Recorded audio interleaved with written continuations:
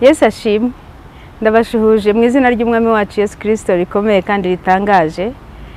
Kandi mbaha n'ikaze kuri channel yahagutse, channel yanjye. Nitwa Jacqueline Hansen, ntuye Denmark. Mazeyo imyaka 29 n'ibirenga. Ndi umubyeyi, ndubatse, mfite umugabo umwe, mfite abana babiri b'abahungu ndetse n'umwuzukuru. Ariko mu buzima busanzwe ndi umushumba w'itorero ryitwa The Word Outreach.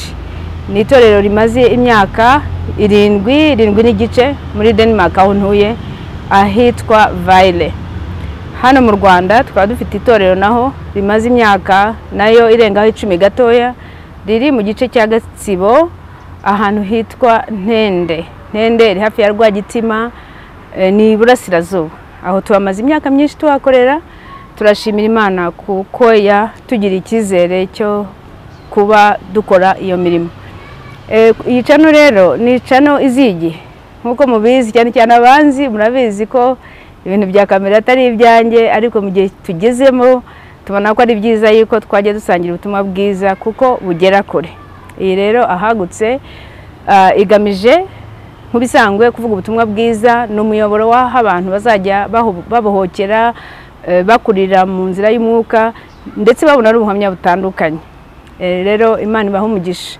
Nagira ngo mbabwire nibande cyane kuri iyi channel n'igice mubona cyanditseho cyane cyo mu itangiriro ku murongo wa mu gice cya 26 ku murongo wa 22. Mumbabarire tuwasome, ariko tutarahasoma mureke dusenge.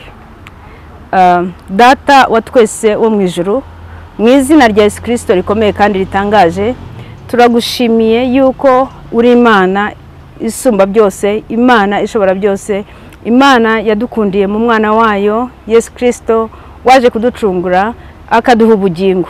Kandi si icyo cyonyine, waduhaye n'ijambo, kandi si nicyo cyonyine, uduhana mwuka wera kugira ngo atubere umufasha, umuyobozi, ndetse turamukeneye cyane muri iki gihe turimo, igihe cya nyuma.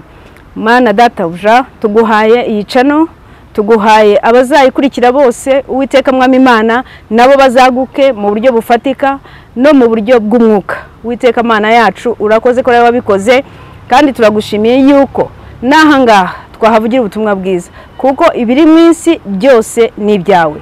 Mana ni wowe utanga ubwenge na technology, ni wowe washizeho. Rero turagushimiye no kuri iyi koranabuhanga, habwa icyubahiro, ibiganiro byose bizajya bihaca, inyigisho zose zizajya zihaca, ubuhamya bwose buzajya buhaca, bizajye biguhesha icyubahiro kandi bigirire ababyumva akamaro. Umugisha umuntu wese uzaca kuri channel nawe azaguke nk'uko urimo utugeza ahagutse. Ishimwe n'icyubahiro n'ibyawe nanone n'ibihe byose. Amen.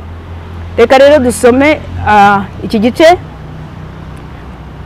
mu izina rya Yesu. Turahasoma twihuta, biri mu itangiriro mu gice cya 26. Mureke dutangirire nibura ku murongo wa 16, ariko tugamije umurongo wa 22. Ngo Abimeleki abwira Isaka ati, genda utuvemo kuko uturuta cyane. Umurongo wa 17. Isaka avayo abamba amahema ye mu gikombe cy'Gerari aturayo. Isaka asibuza amariba bafukuye Aburahamu se akiriho, kuko Abafilisitiya bari bayasibye. Aburahamu amaze gupfa ayita amazina se yayise. Murongo wa 19. Abagaragu ba Isaka bafukura muri icyo gikombe, babonamo iriba ry'amazi adudubiza. Abashumba b'Igerari batonganira ayo mazi n'aba Isaka bati, na yacu. Isaka yita iryo riba Iseki, kuko bamugishije impaka. Bongera gufukura irindi riba, naryo baritonganiraho, aryita Sitina.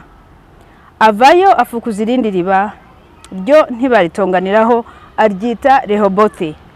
Aravuga ati, none Uwiteka adushize ahagutse, natwe tuzororoka muri iki gihugu. Amen. Aho rero niho twashingiye kuri channel, kuri iri jambo tugiye gutekereza. Hari ibintu twabayemo byinshi, hari ibyo twakoze byinshi, ariko twaje gusanga ko igihe ari iki cyo kororoka, kandi ahahagutse niho nyine tugiye kwagukira. jewe nawe uzakurikira. Imana ibaho umugisha rero, reka dukomeze, nzajya mbashyiriraho nkuko nabibabwiye inyigisho zitandukanye nkuko mubizi, ubuhamya n'ibindi byose.